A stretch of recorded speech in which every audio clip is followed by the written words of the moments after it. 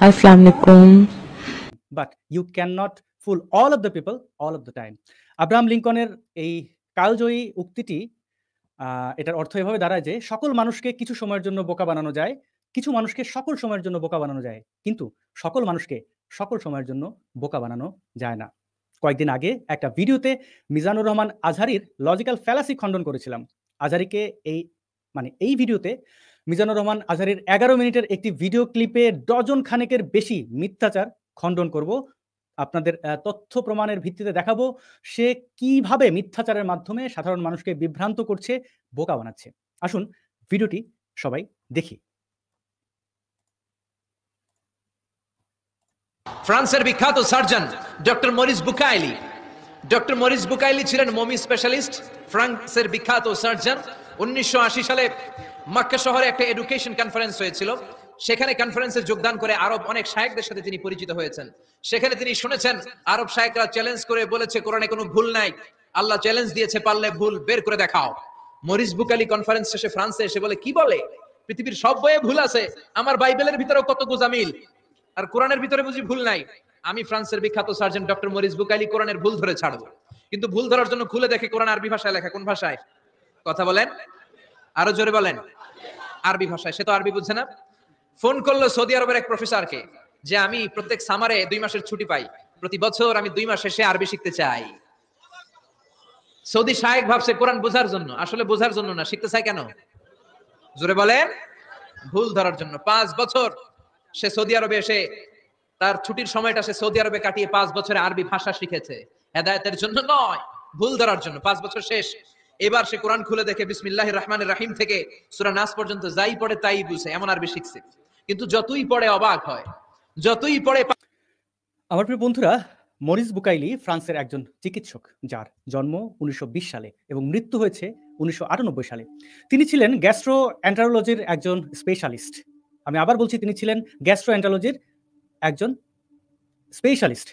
তো গ্যাস্ট্রোএন্টারোলজি আসলে কি, বা যেভাবে ব্যাখ্যা করছে সেটির সাথে সাংঘর্ষিক, সেই বিষয়ে আসছি। 1973 সালে সৌদি আরবের বাদশাহ ফয়সালের পারিবারিক ডাক্তার হিসেবে নিয়োগ পান তিনি, অর্থাৎ মরিস বুকাইলি। এছাড়াও তিনি মিশরের প্রেসিডেন্ট আনোয়ার সাদাতের চিকিৎসা করেছিলেন। কোরআনকে ডিফেন্ড করে বুকাইলি কোরআন বিজ্ঞান বাইবেল নামে যে বইটি লিখেছিলেন সেটি প্রকাশিত হয়েছে 1976 সালে। খেয়াল করুন, 1976 সালে এই বইটি প্রকাশিত হয়েছে ফরাসি ভাষায়। আপনাদের আমি অ্যামাজনে তার সেই বইটির লিঙ্ক দেখাচ্ছি। আপনারা বন্ধুরা দেখতে পাচ্ছেন তার এই বইটি অ্যামাজনে আছে, এবং আপনারা এটি নিয়ে যদি দেখেন, এখানে পাবলিকেশন ডেট ফার্স্ট মে 1976। এখন দেখুন তার গোজামিলটা কিভাবে তার কথার সাথে সাংঘর্ষিক হয় সেটা বুঝতে পারবেন। মরিস বুকাইলি যদি 1980 থেকে 65 সালের মধ্যে আরবি শিখে ইসলাম গ্রহণ করে থাকে, তাহলে 1976 সালে এই বইটি কিভাবে লিখলেন? 1976 সালে এই বইটি কিভাবে লিখলেন? মিজানুর রহমান আজহারী এখানে বলল 1980 থেকে 85 সময় তিনি আরবি শিখেছেন। 2 নম্বর পয়েন্ট, আসল সত্য হচ্ছে আগে যেটা উল্লেখ করেছি একটু আগে, যে মরিস বুকাইলি 1973 সালে সৌদি রাজপরিবারের পারিবারিক চিকিৎসক হিসেবে নিয়োগ পেয়েছিলেন। রাজা ফয়সালের সময় তাকে নিয়োগ করা হয়। কোরআনকে ভুল প্রমাণ করার জন্য মরিয়া হয়ে তিনি আরবি শিখেননি, পেশাগত কারণেই শিখতে হয়েছিল কিছুটা। আর বছরের 2 মাস করে 5 বছরে মোট 10 মাস সময় ব্যয় করে আরবি ভাষা ভালো করে শেখা তো দূরের কথা, কোরআন পড়া শেখাটাও অনেকটা কষ্টসাধ্য। যারা আমরা এক্স মুসলিম বা আরবি ভাষার মধ্য দিয়ে বড় হয়েছি তাদের ক্ষেত্রেও এটা অনেক কষ্টের। অথচ মরিস বুকাইলি নাকি 10 মাসে আরবি শিখে একদম কোরআনের বিশাল পাণ্ডিত্য লাভ করে ফেলেছেন। অপরদিকে বন্ধুরা, আরবি শিখেই কিন্তু কোরআন বোঝা যায় না। কোরআনের অনেক শব্দ বর্তমানে প্রচলিত নয়। 3 নম্বর পয়েন্টে আমি কোট করতে চাই, ব্লগার সৈকত চৌধুরী জানিয়েছেন মরিস বুকাইলি অত্যন্ত ধান্দাবাজ ধরনের একজন লোক ছিলেন। তার সময়ে ইউরোপে শিক্ষা দীক্ষার বিস্তারের ফলে খ্রিস্ট ধর্মের লোকেরা বাইবেলে পাওয়া মিরাকলকে গুরুত্ব দেয়া প্রায় বন্ধ করে দেন। কিন্তু তিনি অর্থাৎ মরিস বুকাইলি দেখলেন আরবের মুসলমানরা শিক্ষার ক্ষেত্রে খুবই কাঁচা, আবার ধর্মের ব্যাপারে তাদের রয়েছে ব্যাপক অনুভূতি। আমাদের দেশে অনুভূতি দেখেন না, ঠিক সেই রকমটা তিনি সেই সময় দেখতে পেলেন।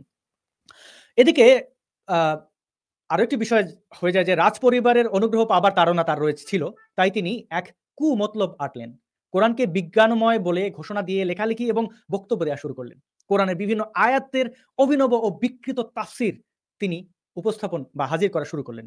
তিনি বিজ্ঞান বের করেই ছাড়লেন এসব তাফসির থেকে। অথচ কোরআনের অসংখ্য তাফসির করা হয়েছে হাজার হাজার বছর থেকে, যেগুলো আমরা এখন ইচ্ছে করলেই পড়তে পারি, অনলাইনে পড়তে পারি বা বিভিন্ন পুস্তক সংগ্রহ করে পড়তে পারি।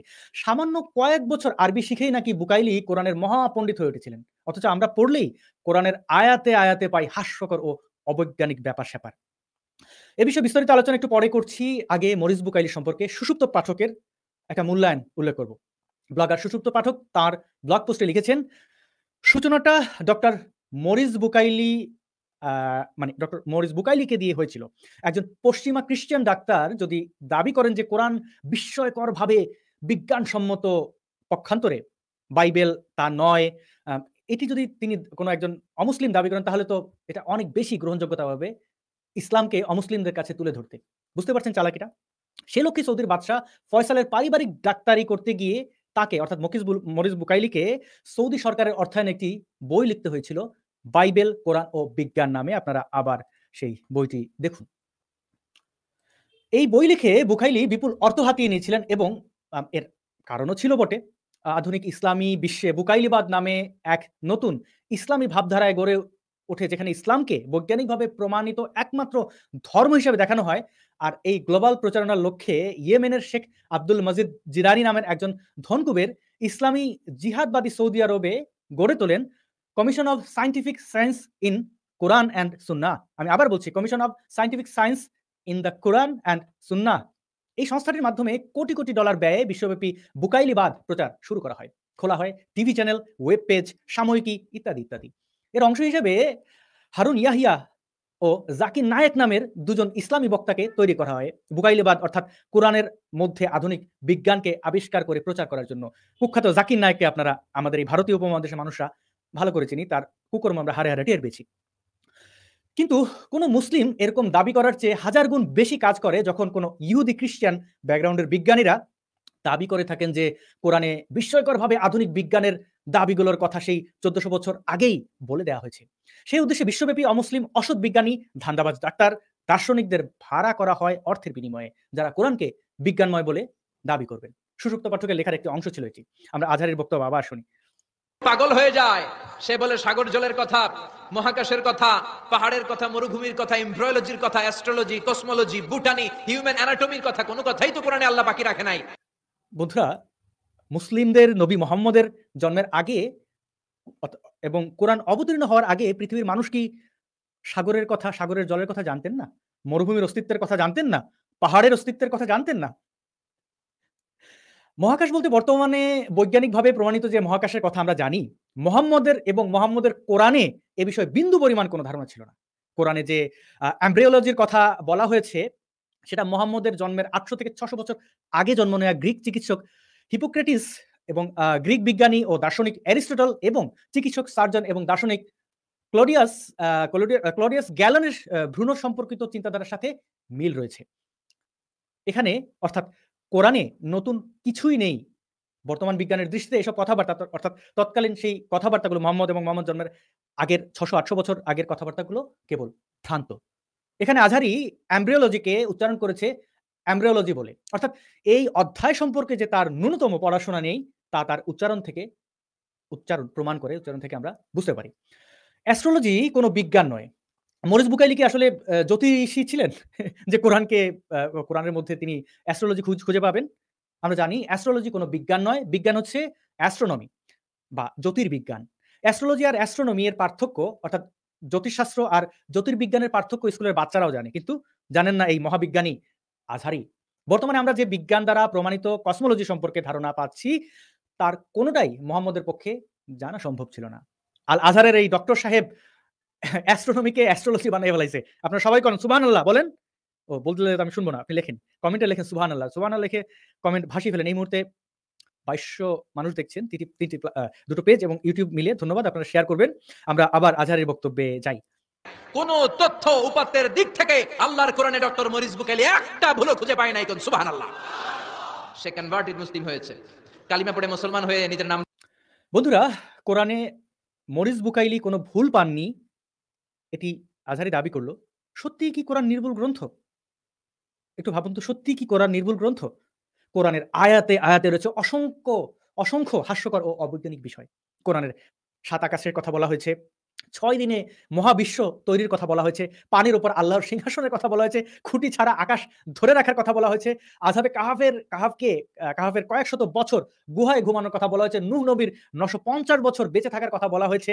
আবার আল্লাহ পাক জাহান্নামে আগুনে জ্বালিয়ে পুড়িয়ে শাস্তি দেওয়ার কথা পাশাপাশি তিনি কিন্তু অনেক রোমান্টিক হয়ে উঠেছিলেন। সূরা ইউসুফ জুলেখার রগে প্রেম কাহিনীর বিবরণ দিয়েছেন। জুলেখা ইউসুফের প্রেমে অস্থির হয়ে তাকে ধরতে গিয়ে তার জামার পেছনের দিকটা ছিঁড়ে ফেলেছিলেন। এসব হাস্যকর ননসেন্স ভর্তি একখানা গ্রন্থ মানে এই কোরআনের কোন আয়াতে অহেতুক অসংখ্যবার পুনরাবৃত্তি করা হয়েছে একই বিষয়কে। সমগ্র কোরআনে যা লেখা রয়েছে তাতে গুরুত্ব বহন করে এমন আয়াতের সংখ্যা হাতে গোনা, সামান্য। বেশিরভাগই ননসেন্স। এগুলোর আসলে মানে কোন কাজে লাগে সেটি আপনাদের বোঝা খুব কঠিন হয়ে যাবে। সত্যিকার অর্থে সেটা বোঝা মুশকিল। আবার এমনও বহু আয়াত রয়েছে যেটা স্বয়ং আল্লাহ নিজেও জানে না। মানে যাই হোক, সেটি আর কোট করছি না। তো আজহারীর বক্তব্য আমরা আবার শুনবো। রেখে দিয়েছে সুলাইমান। সুবহানাল্লাহ পড়েন।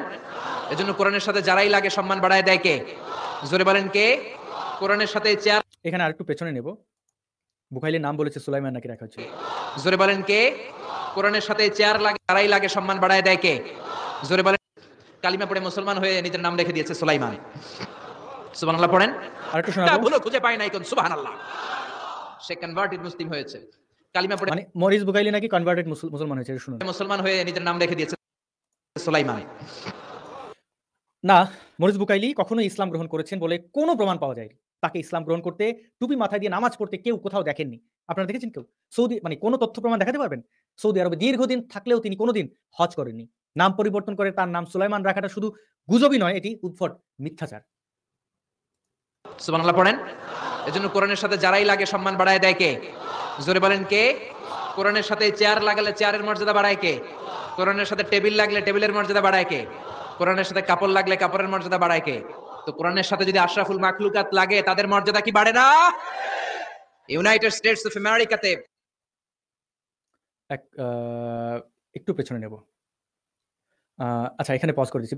প্রিয় দর্শক বন্ধুরা, এতক্ষণ আজহারীর যে মিথ্যাচার দেখলাম, লক্ষ্য করেছেন নিশ্চয়ই যে কোরআন সে হাতে নিয়ে, একটু আগে দেখলেন কোরআন হাতে নিয়ে সে মিথ্যাচারগুলো করলো। একের পর এক মিথ্যাচার করে গেল। কথিত এই পবিত্র গ্রন্থ কোরআন হাতে নিয়ে মিথ্যাচার, এটা কি মুসলমানদের ধর্মীয় অনুভূতিতে আঘাত লাগবে না? একটু আঘাত লাগে না?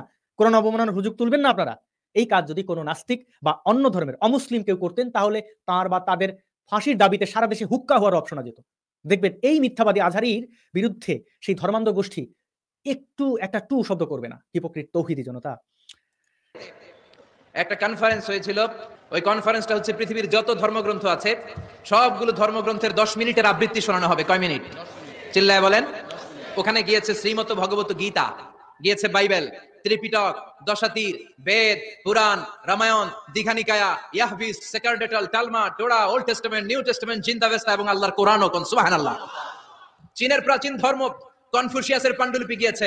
যারা আগুনকে পূজা করে, অগ্নি উপাসক, আগুন দেখলে নমস্তে নমস্তে গায়, তারাও গিয়েছে। 10 মিনিট করে সময়। এই কনফারেন্সের উদ্দেশ্য হচ্ছে এইটা চেক করা, in order to check which book, which recitation of the holy book is the most excellent recitation ever. কোন বইয়ের আবৃত্তিটা বেশি সুন্দর লাগে। 10 মিনিট করে সময়। সব ধর্মের, আবার একটু শুনুন, একটু পেছন থেকে জাস্ট। আবৃত্তিটা বেশি সুন্দর লাগে। 10 মিনিট করে সময়। সব ধর্মের ধর্মীয় কিতাবের শায়েকরা, গুরুরা, ধর্মনা, in order to check which book, which recitation of the holy book is the most excellent recitation ever. কোন বইয়ের আবৃত্তিটা বেশি সুন্দর লাগে। 10 মিনিট করে শুনলে তো বন্ধুরা, এরকম প্রতিযোগিতা কি আদৌ সম্ভব? তিনি যে প্রতিযোগিতার বিবরণ দিলেন আমি বারবার আপনাদের শোনালাম। প্রতিটি ধর্মগ্রন্থটা আলাদা আলাদা গঠনশৈলী আছে, যা মানে না বুঝলে এর মধ্যে আসলে কি মাধুর্য আছে তা বোঝা অসম্ভব। বাস্তবতা হচ্ছে একটিমাত্র ধর্মগ্রন্থ ঠিকমতো পড়া শিখতে প্রচুর সময় লাগে। আমি যদি হিন্দুইজমের কথা বলি, আপনাদের সেটা নিয়ে অনেক বছরের পর বছর, যুগের পর যুগ ঘাঁটতে হবে। তো আপনি ধর্মগ্রন্থের সাথে আপনি সব ধর্মগ্রন্থ যাদের করা হবে সেটা আপনি কিভাবে করেন? আমি যদি আরেকটু সহজ করে বলি যে, আপনি বাংলা গানের সাথে স্প্যানিশ গানের কি আপনি তুলনা করতে পারবেন? সেটির কি কোনো প্রতিযোগিতার আয়োজন আপনি করতে পারবেন? সবচেয়ে বড় কথা হচ্ছে এখানে কি যোগ্যতায় বিচার নির্ধারণ করা হয়েছিল? আমি ২ নম্বর পয়েন্ট যদি আপনাদের উল্লেখ করি যে, বেদ, শ্রীমদ ভগবত গীতা, রামায়ণ সনাতন তথা হিন্দু ধর্মাবলম্বীদের কাছে কিন্তু পবিত্র গ্রন্থ। এগুলো আলাদা আলাদা পাঠের জন্য একই ধর্ম থেকে ৩ জন ব্যক্তিকে কেন আবৃত্তি ওখানে করতে গিয়েছিলেন তার সেই কথিত অনুষ্ঠানে? আজহারীর কথা শুনে তো মনেই হচ্ছে যে তিনি এই ৩টি গ্রন্থ ভিন্ন ভিন্ন ৩টি ধর্মের অনুসারীরা এই ৩টি গ্রন্থের প্রতিনিধিত্ব করেন। ৩ নম্বর পয়েন্ট, পুরাণ নামে কোনো ধর্মগ্রন্থ কি আছে? এটি কি কোনো নির্দিষ্ট ধর্মের মানুষেরা অনুসরণ করে? একটু ভেবে দেখুন তো। আমি যদি একটু আপনাদের এই পুরাণ সম্পর্কে একটু খোলাসা করি যে পুরাণ বলতে আমরা বুঝি ইতিহাস, আখ্যান, উপাখ্যান, ধর্মীয় বিধিবিধান ইত্যাদি সম্বলিত এক শ্রেণীর মিশ্র সাহিত্য। সাধারণ মানুষের গল্পরস আস্বাদনের মাধ্যমে আস্বাদনের আকাঙ্ক্ষা থেকে মূলত এর উৎপত্তি। উপনিষদের যুগে উচ্চমর্গের দার্শনিক তত্ত্ব যখন শ্রেণী বিশেষের মধ্যে সীমাবদ্ধ হয়ে পড়ে, তখন গণমানুষের চাহিদা মেটাতে গল্পের ঢঙে সহজ সরল ভাষায় রচিত হয় প্রধানত এই কাহিনীমূলক এই পুরাণ সাহিত্য। সাহিত্যের সাহিত্য রসের সঙ্গে যাতে ধর্ম লাভও করা যায়, এটি ছিল এই পুস্তকগুলো লেখার মূল উদ্দেশ্য। তো ধর্মীয় বিষয়দের সঙ্গে যুক্ত করা এই বিষয়গুলোকে যুক্ত করা হয় হিন্দু ধর্মের যেমন পৌরাণিক কাহিনী আছে, তেমনি প্রাচীন গ্রিক দেবদেবীকে নিয়েও কিন্তু প্রচলিত সাহিত্যগুলো পৌরাণিক কাহিনী, সেগুলোকেই কিন্তু পৌরাণিক কাহিনী বলা হয়। এরকম অনেক কাহিনী আছে। তো আজহারির দাবি মোতাবেক পুরাণ পাঠ করতে ওখানে গিয়েছিলেন আসলে কারা পুরাণ বিশেষজ্ঞ আমাদের সমাজে বা অন্য দেশে এরকম কি কিছু আছে আপনারা জানেন? ৩ নম্বর পয়েন্ট তার বক্তব্য থেকে আমি কোট করছি। কনফুসিয়াস কোনো ধর্মের নাম নয়। কনফুসিয়াস চীনের একজন দার্শনিকের নাম। তিনি ছিলেন একই সাথে শিক্ষক, রাজনীতি বিষয়ক তাত্ত্বিক। চীনের অসংখ্য মানুষ তার জীবন দর্শনকে অনুসরণ করে থাকেন। কনফুসিয়াসের প্রচলিত দর্শনকে ইংরেজিতে বলা হয় কনফুসিয়ানিজম। কনফুসিয়ানিজম এটাকে অনেকে কনফুসীয় ধর্ম হিসেবে অবহিত করে থাকেন। মহাজ্ঞানী আজহারি স্বয়ং কনফুসিয়াসকেই ধর্ম বানিয়ে ফেলেছেন। বলার কিছু নাই। ৪ নম্বর পয়েন্ট কোট করছি। তিনি বলেছেন নমস্তে, নমস্তে বলে ওখানে নমস্তে শব্দটা হিন্দু ধর্মের মানুষেরা ব্যবহার করেন। এটি একটি অভ্যর্থনা হিসেবে। হ্যাঁ, সম্ভাষণ জানানোর ক্ষেত্রে নমস্তে ব্যবহার করে থাকেন। আগুন দেখলে নমস্তে, নমস্তে গায়ে, এরকম কি আলাদা কোনো ধর্মের অনুসারী আছে? আপনারা দেখেছেন? দর্শক বন্ধুরা, আপনাদের কাছে প্রশ্নটি রাখলাম। নমস্তে, নমস্তে বলে আগুন দেখে কারা এভাবে ধর্ম পালন করে? ৫ নম্বর পয়েন্ট, আজহারির ভাষ্যমতে বাইবেল পড়তেও একজন গিয়েছিলেন। তোরাহ পড়তেও একজন গিয়েছিলেন। ওল্ড টেস্টামেন্ট পড়তে আরেকজন গিয়েছেন। আবার নিউ টেস্টামেন্ট পড়তে আরেকজন গেছেন। মানে মোট ৪ জনের কথা তিনি উল্লেখ করেছেন। কি করে সম্ভব? ওল্ড টেস্টামেন্ট আর নিউ টেস্টামেন্ট মিলিয়েই তো বাইবেল। ওল্ড টেস্টামেন্ট ইহুদিরা মানেন, তোরাহ তোরা কিন্তু ওল্ড টেস্টামেন্টের একটা অংশ। তো এটা পড়ার জন্য আবার আলাদা ওখানে কে গেল? তার সেই কথিত আ আবৃত্তি অনুষ্ঠানে। এবং আরেকটি খেয়াল করার বিষয়, ওল্ড টেস্টামেন্ট এবং নিউ টেস্টামেন্ট মিলিয়ে যে বাইবেল, সেটা খ্রিস্টিয়ানরা মানেন। অতএব ইহুদি এবং খ্রিস্টান এই দুটো ধর্মের প্রতিনিধি তো আসলে ২ জন হওয়ার কথা, বড়জোর ৪ জন কি করে হলো? সে এখানে ৪ জন প্রতিনিধি পাঠিয়ে দিল। কি করে পাঠালো? চলুন আরো সামনে কি বলে শুনি। সময় সব ধর্মের ধর্মীয় কিতাবের শায়েকরা, গুরুরা, ধর্মনানকরা আর ফাদাররা আর কারীরা বসেছে।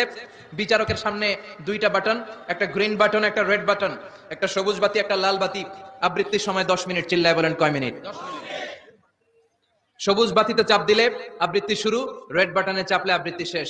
প্রথমে ডাকা হয়েছে শ্রীমত ভগবত গীতা। ১০ মিনিটের জন্য যে পড়তে শুরু করেছে, ওম নমো ভগবতী বাসুদেবায়। ১০ মিনিট পড়েছে। পড়ার পরে বিচারক রেড বাটনে প্রেস করেছে, সময় শেষ, নেমে গিয়েছে। এরপরে ডাকা হয়েছে ত্রিপিটক, বিনয় পিটক, সাম পিটক, অভিধর্ম পিটক মিলে ৩টা পিটক। এটা বৌদ্ধ ভাইদের কিতাব। এরা বলে ওম শান্তি, ওম শান্তি। আসলে মিয়ানমারে ওরা আর হচ্ছে না, থামাতে হচ্ছে। প্রথম কোট করছি ১ নম্বর, ত্রিপিটক বৌদ্ধ ধর্মীয় পালি গ্রন্থের নাম। বৌদ্ধদের দর্শন এবং উপদেশের সংকলন। পালি ত্রিপিটক হতে বাংলায় ত্রিপিটক শব্দ প্রচলন। ৩ পিটকের সম্মিলিত সমাহারকে ত্রিপিটক বোঝানো হচ্ছে। এই ৩টি পিটক হলো বিনয় পিটক, সূত্র পিটক এবং অভিধর্ম পিটক। পিটক শব্দটি পালি। এর অর্থ ঝুড়ি, পাত্র বা বাক্স। মানে দাঁড়াচ্ছে যে কোনো কিছু সংরক্ষণ করা হয় এমন কিছু আরকি। তো ২ নম্বর কোট করছি সাম পিটক। তিনি বলছেন, সাম পিটক আবার কি? এটি তিনি কোথায় পেলেন? আমার মানে এখানে বলতে চাই, বৌদ্ধ ধর্মাবলম্বীদের মধ্যে যারা আমার এই লাইভ দেখছেন, একটু কাইন্ডলি জানাবেন। ত্রিপিটক পাঠ করতে গিয়ে তারা ওম শান্তি, ওম শান্তি বলেন কিনা? আপনারা কি ওম শান্তি বলেন? কমেন্টে জানাবেন। আমি একটু পরে পড়ে নিচ্ছি। আজহারের চলুন আরো হাস্যকর মিথ্যাচার গুজব ছড়ানো দেখি। যা করছে ওদের বলা দরকার ওম অশান্তি, ওম অশান্তি। সে এখানে মিয়ানমার নিয়ে বলেছে আর যা করছে ওদের বলা দরকার ওম অশান্তি, ওম অশান্তি। ওরা বুদ্ধাং শরণং গচ্ছামি, ধাম্মাং শরণং গচ্ছামি পড়তে পড়তে ১০ মিনিট শেষ, চলে গেল। এরপরে ডাকা হলো দশাতীর, দশাতীরের ওরাও পড়লো।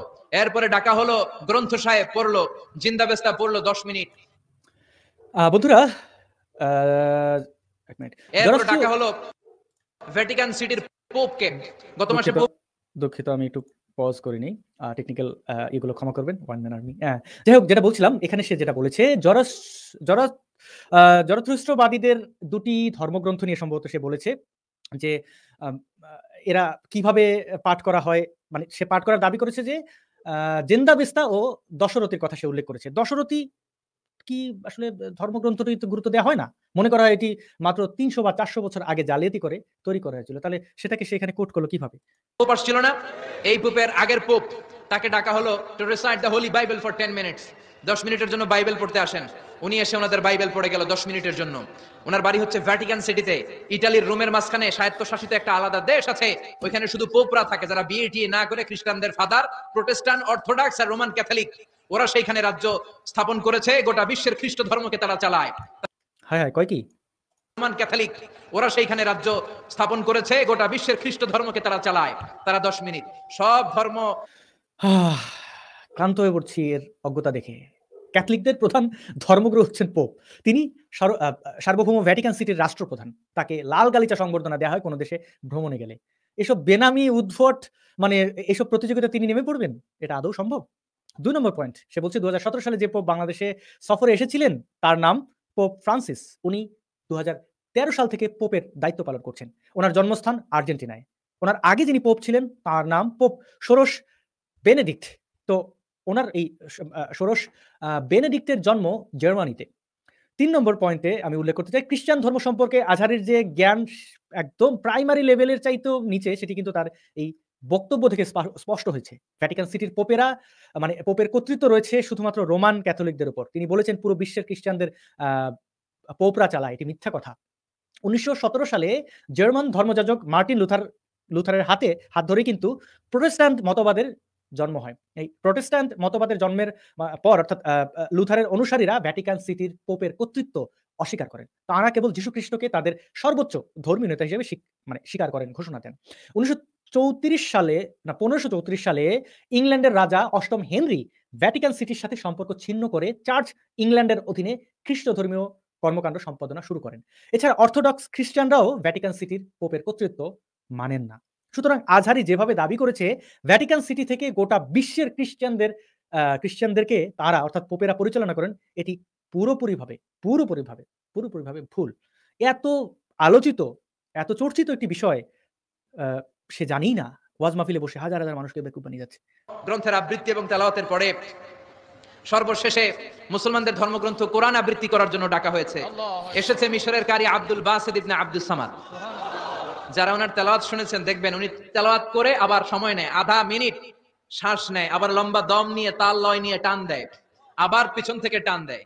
তাকে ডাকা হলো now the representative of Muslim community Abdul Basit ibn Abdus Samad will now recite the holy book Quran for 10 minutes. মিশর থেকে আসা মুসলিম জাতির প্রতিনিধি তাদের ধর্মগ্রন্থ কোরআন নিয়ে এবার 10 মিনিট তেলাওয়াত করবে। কয় মিনিট? উনি দাড়ি রাখেন না, ক্লিন শেভ, পাতলা একটা চাদর আর জুব্বা পরে চলে এসেছে মাইকের সামনে, এসে আউযু বিল্লাহি মিনাশ শাইতানির রাজীম বলে টান দিয়েছে। সময় বন্ধুরা, যেখানে মুসলমানদের পক্ষ থেকে একজন কারি আব্দুল বাসিত এই প্রতিযোগিতা গেলেন, সেখানে তার বিপরীতে স্বয়ং চলে এলেন পোপ, যিনি বাইবেল পড়বেন ওখানে। আব্দুল বাসিত একজন কারি মাত্র। তার যোগ্যতা হচ্ছে তিনি কোরআন শুদ্ধভাবে পড়তে পারেন। এমনকি তিনি আলেমও নন। আবার এটি এমন একটি প্রতিযোগিতা যেখানে সবুজ বাতি আর লাল বাতির ব্যবস্থা করা আছে। বিভিন্ন অনুষ্ঠানে আমরা দেখি না, লাল বাতি, সবুজ বাতি, বিভিন্ন গান, নাচ অনুষ্ঠানে আমরা দেখতে পাই। তো একটু আগে যেমনটা উল্লেখ করেছি, ক্যাথলিকদের প্রধান ধর্মগুরু হচ্ছেন পোপ। তিনি সার্বভৌম ভ্যাটিকান সিটির রাষ্ট্রপ্রধান। তাকে লাল গালিচা সংবর্ধনা দেয়া হয় কোন দেশে ভ্রমণে গেলে। এসব বেনামি উদ্ভট প্রতিযোগিতায় তিনি নেমে পড়বেন? এটা আদৌ সম্ভব?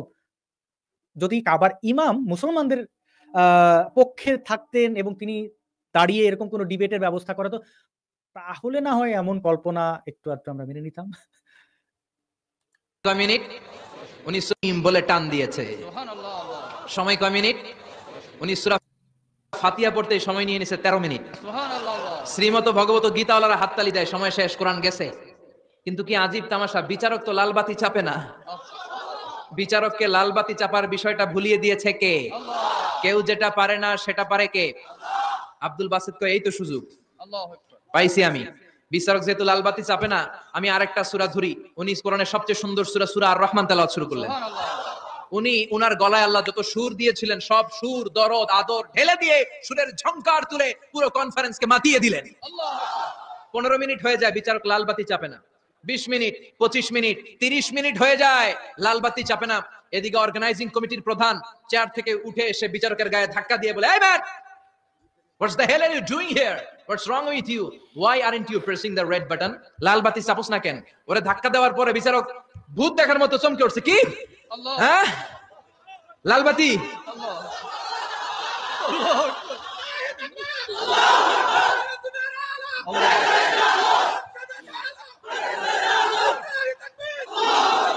অর্গানাইজিং কমিটির চেয়ারম্যান যখন ধাক্কা দিছে, "Why aren't you pressing the red button?" তুমি লাল বাতি চাপো না কেন? ভিমড়ি খেয়ে ওর স্ল্যাব দিয়ে, কি? হ্যাঁ, লাল বাতি, নীল বাতি, কোন বাতি? কোন বাতি? হুশ নাই, ওর হুশ নিয়ে গেছে কে? আবার যখন আব্দুল বাসিদের তেলাওয়াতের দিকে তাকায় আবার বেহুশ। না পেরে বিচারক দাঁড়িয়ে বলে, "ও Abdul Basit ibn Abdul Samad, come from Egypt, there is no time limits for you, recite as much as you wish." O Abdul Basit, আজকের এই প্রতিযোগিতায় তোর জন্য তেলাওয়াতের কোনো সময় নাই, তোর যত মনে চায় তুই পড়ে যা। প্রতিযোগিতায় তোর জন্য তেলাওয়াতের কোনো সময় নাই, তোর যত মনে চায় তুই পড়ে যা। দেখুন এই উম্মাদের কথায় কত মানুষ আল্লাহু আকবার বলে যাচ্ছে, কিন্তু এটাকে একের পর এক মিথ্যা বলে যাচ্ছে। এদের সেই হুঁশ নেই। দেখতে থাকুন তার বক্তব্যের কতটা মিথ্যা আমি সামনে। 40 মিনিট সময় ধরে গোটা মুসলিম বিশ্বের অহংকার, মিশরের সবচেয়ে বড় কারি আব্দুল বাসিদ ইবনে আব্দুল সামাদ গলার সব দরদার সুর উজাড় করে কনফারেন্স রুমে সূরা রহমান তেলাওয়াত করলেন। কনফারেন্স শেষ হলো, ওই বিচারকের বিরুদ্ধে মামলা হলো 3টা। কয়টা? যেহেতু আন্তর্জাতিক কম্পিটিশন, আন্তর্জাতিক আদালতে মামলা, সুইজারল্যান্ডের দি হেগে মামলা। হ্যান্ডকাফ পরিয়ে বিচারককে নেওয়া হয়েছে। মাননীয় আদালত বলে, দুঃখিত, ক্ষমা করবেন, একটা সিরিয়াস ইয়েতে হাসি থামাতে পারছিলাম না। ইনি বলছেন আন্তর্জাতিক আদালতের সদর দপ্তর দা হেগ, নেদারল্যান্ডে, সুইজারল্যান্ডে নয়। তিনি বলছেন সেটি নাকি সুইজারল্যান্ডে, দা হেগ নাকি সুইজারল্যান্ডে, এটি নেদারল্যান্ডে। আজহারের সামনে উপস্থিত শ্রোতাগণ যখন আহাম্মক হয় তখন তথ্যগত ভুল কোনো ব্যাপারই না। 2 নম্বর পয়েন্ট, কথিত ওই বিচারের অপরাধে মামলা হলো আন্তর্জাতিক আদালতে। আন্তর্জাতিক আদালতে মামলা কি নিয়ে হয় সেটি কি এই আজহারির জানা আছে? যদি একটু জানতো। অন্তরাষ্ট্রীয় ইস্যু, গণহত্যা, এরকম অনেক গুরুতর ব্যাপার বাদ রেখে আন্তর্জাতিক আদালত মানে এই ধর্মগ্রন্থ পাঠ প্রতিযোগিতার বিচার করবেন? এমন আজব ঘটনা আপনারা কোনোদিন শুনেছেন বন্ধুরা? ওই মানে আবার এখানে বলছে ওই বিচারককে নাকি আবার হ্যান্ডকাপ পরিয়ে সেখানে নেওয়া হয়েছিল। মানে বিচারকদের হ্যান্ডকাপ পরিয়ে নেওয়া হয়। যদি বড় ধরনের কোনো ভুলও করেন, অপরাধও করেন, আপনারা বিচার ব্যবস্থা দেখেছেন তাদের কিভাবে নেওয়া হয়? মোল্লা হইলে সব যায়। "Why made you partiality between the books? You have given to Bible 10 minutes. You have given to Srimata Bhagavata Gita 10 minutes. You have given to Tripitaka 10 minutes. Why have you given extra 30 minutes for Quran?" সব ধর্মগ্রন্থের 10 minute দেওয়ার কথা, বাইবেলরে দিলি 10, শ্রীমত ভগবত গীতারে দিলি 10, ত্রিপিটকরে 10, কোরআনরে অতিরিক্ত 30 minute, মানে আগের 10 আর 30 minute 40 minute দিলি কেন? ধরা। আজহারি নিজের ফাঁদে, নিজের পাতা ফাঁদে সে নিজেই ধরা খাচ্ছে, তালগোল পাকিয়ে ফেলছে। প্রথমে সে কি বলেছে? সূরা ফাতিহা পড়ার জন্য কারি আব্দুল বাসেত সময় নিয়েছেন 13 মিনিট এবং 40 মিনিট সময় ধরে সূরা আর রহমান তিলাওয়াত করেছেন। তার মানে কি দাঁড়াচ্ছে? মোট 40 এবং 13, 53 মিনিট। সহজ অঙ্ক। এই 53 মিনিট থেকে নির্ধারিত সময়ে অর্থাৎ 10 মিনিট বরাদ্দ সময় যদি আমরা বিয়োগ করি তাহলে 43 হয়। কোনোভাবেই 30 বা 40 মিনিট হয় না। চাপা মারবেন ভালো কথা, একটু সাধারণ এই যোগ বিয়োগটা তো একটু জানবেন। বিচারক বলে, "Honorable Judge, I have a humble question to you." মাননীয় আদালত, আমার একটা বিনয়ের প্রশ্ন আছে। আদালত তো টাসকি খেয়ে গেছে, কিরে আমার এবার প্রশ্ন করে কেন? বিচারক বলে, "আমার প্রশ্ন হচ্ছে, বিচারক তো আমি নিজে হই নাই, জাজ তো আমারে আপনারাই বানাইছেন। আমি তো ওদেরকে 10 মিনিট দিছি, ঠিক কি না? আমি তো..." বন্ধুরা, এর আগে যেমনটা আমি উল্লেখ করেছি যে এই গণ্ডমূর্খের আন্তর্জাতিক আদালত সম্পর্কে ন্যূনতম ধারণা নেই, দূরবর্তীও কোনো ধারণা নেই। এখানে সেটা সে বারবার ধরে প্রমাণ করে যাচ্ছে। আন্তর্জাতিক আদালতের বিচারক আমেরিকার মতো জায়গার একটি আবৃত্তি, কবিতা আবৃত্তি বলুন বা ধর্মীয় পুস্তক আবৃত্তি প্রতিযোগিতায় বিচারক নিয়োগ দিয়েছিলেন। আন্তর্জাতিক আদালতের বিচারকদের কি খায় দেয় কোনো কাজ নাই? কোনো কাজ নাই। একটা আবৃত্তি প্রতিযোগিতার বিচারক নিয়োগ দিতে যাবেন ওনারা? কি হাস্যকর সব দাবি।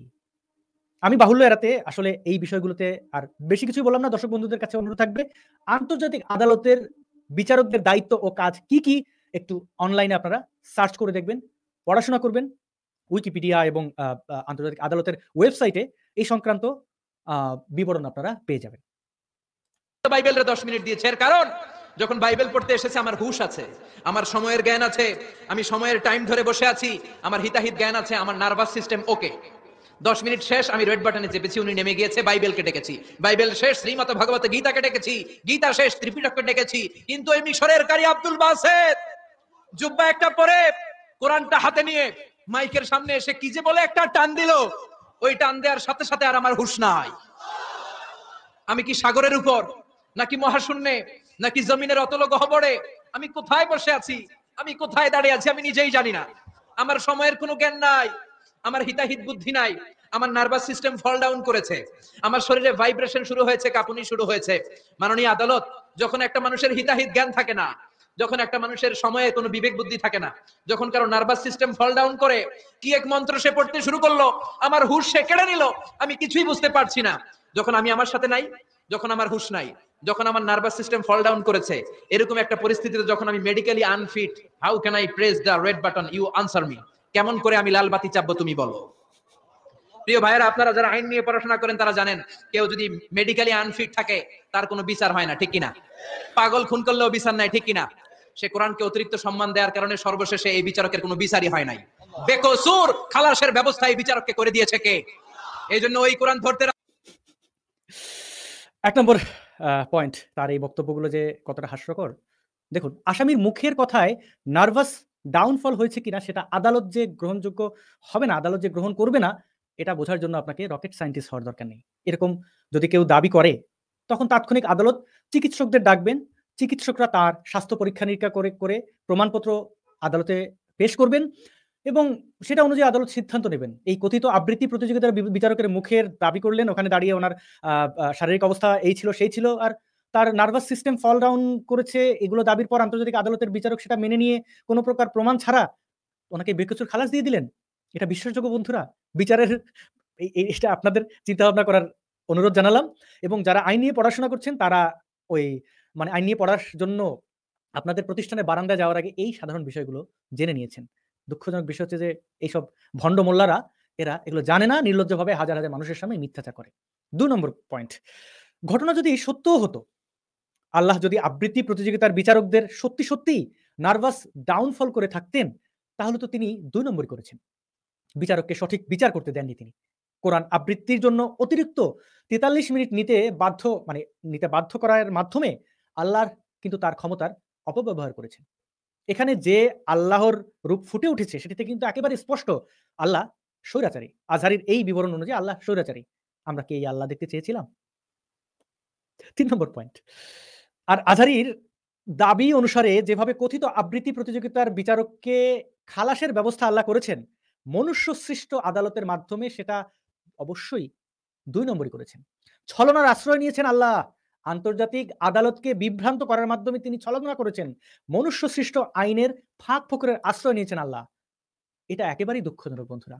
অলৌকিক কোনো ক্ষমতা আল্লাহ এখানে দেখাতে পারেননি। এটা সত্যিই আল্লাহর জন্য লজ্জাজনক। অত্যন্ত লজ্জাজনক। আর এতে আল্লাহ বা কোরআনের সম্মান বাড়েনি। ধর্মান্ধ বন্ধুদের জানাতে চাই, এতে আল্লাহ এবং কোরআনের সম্মান বাড়ে না, এতে সম্মান কমে। নির্বোধদের বড় একটা পরিচয়, তারা যে নির্বোধ সেটা নিজেরাই টের পায় না। ৪ নম্বর পয়েন্ট, দর্শক বন্ধুরা, আপনাদের কাছে আ এই গল্পের সত্যতা নিয়ে একটা চমকপ্রদ আমি প্রমাণ দিচ্ছি। শেষবারের মতো ফ্যাক্ট চেক করে দেখি আসলেই এরকম কোনো আবৃত্তি প্রতিযোগিতা আমেরিকাতে ঘটেছিল কিনা।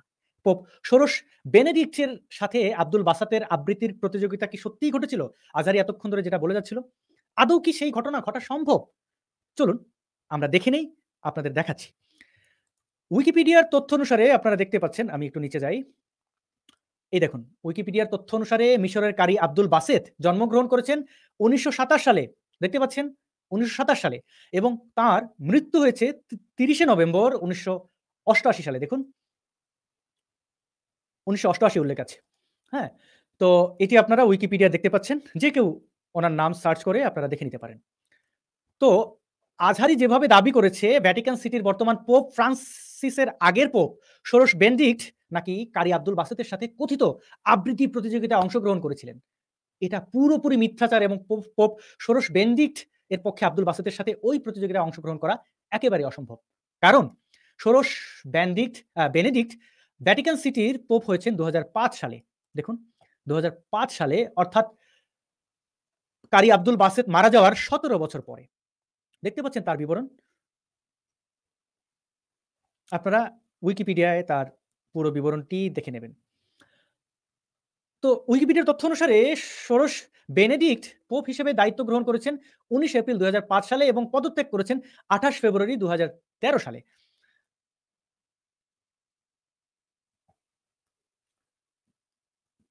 এখানে পুরো বিস্তারিত দেয়া আছে, আপনারা দেখে নিন।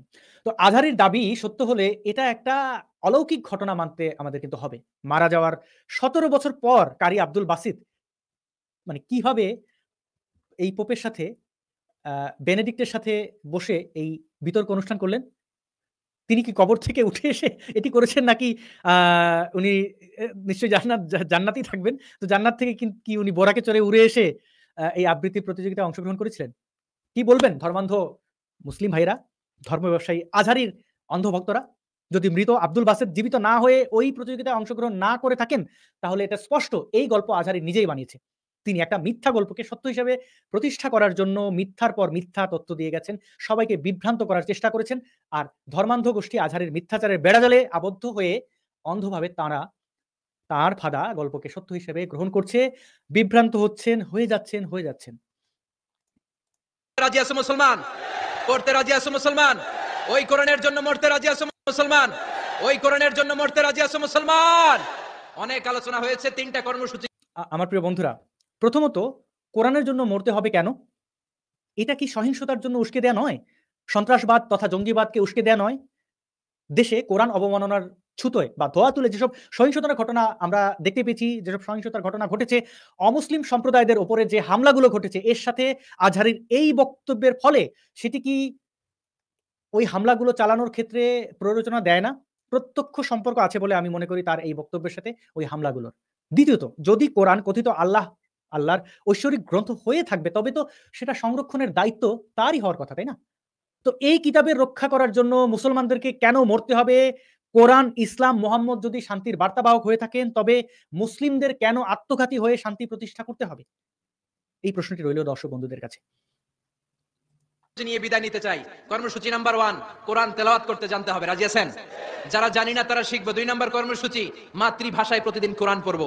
কোরআনের বঙ্গানুবাদ পাওয়া যায় মোবাইলে, অ্যান্ড্রয়েড সেটে কোরআনের ট্রান্সলেশন পাওয়া যায়, বঙ্গানুবাদ। প্রতিদিন একটা আয়াত হলেও আমরা কোরআনের অর্থ পড়বো। 3 নাম্বার, বাঁচি আর মরি কোরআনের পক্ষে থাকবো। চিল্লা এখন ঠিক কিনা?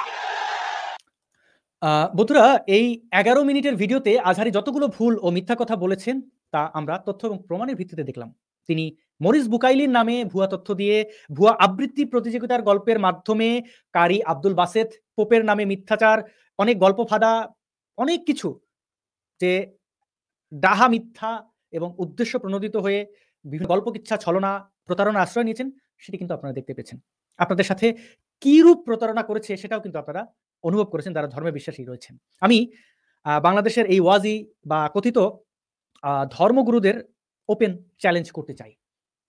আপনারা যদি মনে করেন আপনাদের এটা সত্য, ওটা সত্য, ওটা সত্য, আপনারা আমাদের সাথে ডিবেট করতে পারেন। এখানে এই লাইভটি দেখে অনেকেই হয়তো ধর্মবিশ্বাসের আঘাতপ্রাপ্ত হয়েছেন। যে আপনি কোরআন নিয়ে কেন এগুলো বলেছেন? এগুলো কেন করেছেন? আপনার কি দরকার? আপনি নাস্তিক আপনার মতো করে থাকেন। দেখুন, আপনি যখন বলবেন সূর্য পশ্চিম দিক থেকে উদয় হয় এবং পূর্ব দিকে অস্ত যায়, আপনি যখন এই উল্টাপাল্টা কথা বলবেন, তখন আমি সেটাকে কাউন্টার দেব। আপনি যখন বলবেন আল্লাহ দেখতে এমন, কোরআনে কোনো ভুল নাই, তখন স্বাভাবিকভাবেই আমি সেটা ভুল খোঁজার চেষ্টা করব। দোষটা আমার নয়, বা আমি আপনার যেচে গিয়ে আপনার ধর্মকে আমি আঘাত করতে চাইছি না। আপনি বলছেন অমুক বিজ্ঞানী, তমুক বিজ্ঞানী এটা বলেছে, এই নাই সেই নাই, তখন সেটা বিজ্ঞানের সাথে আমরা একটু নাড়াচাড়া দিয়ে দেখেছি। ফলে এই চাপাবাজির জন্য বা আপনার ধর্মীয় বিশ্বাসকে যদি কেউ আঘাত দিয়ে থাকে, তাহলে এই মোল্লারা দিয়েছে। এবং এই ওয়াজিরা যদি তাদের শ্রেষ্ঠত্ব প্রমাণ করতে চান, আমার দ্বার সবার জন্য উন্মুক্ত। যেকোনো দিন, যেকোনো সময় আপনারা ডিবেটের প্রস্তাব গ্রহণ করতে পারেন। আমার প্ল্যাটফর্মে অবশ্যই আপনাদের সমান সুযোগ দেওয়া হবে। এবং আরেকটি বিষয়, আমি তো ধর্মে অবিশ্বাসী শুক্রে 2 দিন, তাই না? আপনারা সবাই আমাকে চেনেন। এই বেশি খুব দিন হয়নি আমি এগুলো নিয়ে আলোচনা করছি। আমার যারা অগ্রজ রয়েছেন, কিছু ব্যক্তি প্রয়াত হয়েছেন, কাউকে আপনারা হত্যা করেছেন, এখনো অনেকেই বেঁচে আছেন। আমার সাথে আসবেন কিনা সেটাই আমি সন্দিহান। তাদের সামনে বসলে আপনাদের কি হবে সেটা আমি আগে বলছি না। আপনারা যদি তাদের কারোর সাথে আপনারা ডিবেট করতে চান, আমি সঞ্চালনা করব, আপনারা তাও আসতে পারেন। আপনাদের প্রতি আমার উন্মুক্ত চ্যালেঞ্জ রইল। আপনারা সেটি গ্রহণ করবেন যে ধর্মান্ধরা এখানে চিৎকার চেঁচামেচি করছেন, গালাগালি দিচ্ছেন, তারা আপনাদের ধর্মগুরুদের, ওয়াজিদের ইনভাইট করেন। উন্মুক্ত আলোচনা হবে, ডিবেট হবে। কার কি ক্ষমতা আপনারা দেখলেন বা ১১ মিনিটের ভিডিওতে সে কতগুলো মিথ্যাচার করেছে। তো সেরকম মিথ্যে প্রত্যেকটা মোল্লার মিথ্যাচার আমরা প্রতিহত করার ক্ষমতা রাখি। বন্ধুরা আসলে ইসলাম নামক ধর্ম ব্যবসা টিকে আছে কিন্তু এই মোল্লাদের মিথ্যাচারের উপর দাঁড়িয়ে।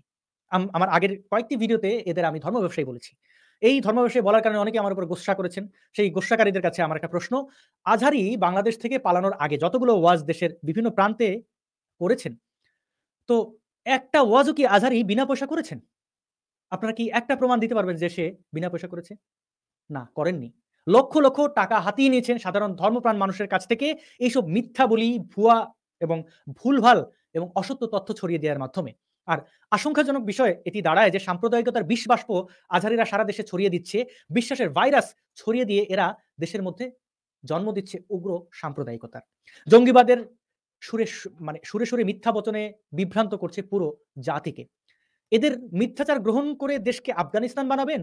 নাকি এদের এই মিথ্যাচার, এই প্রতারণা বর্জন করে ওয়াজ ব্যবসায়ীদের রুখে দিয়ে দেশটাকে সবার জন্য বাসযোগ্য করে তুলবেন? এটির বিবেচনার ভার আপনাদের কাছে, আপনার সবার উপরে বর্তায়। আমি সবার উপরে এই দায়িত্বটি দিয়ে আজকের আমার এই লাইভ এখানে শেষ করছি। এতক্ষণ সাথে থাকার জন্য সকলকে অসংখ্য ধন্যবাদ।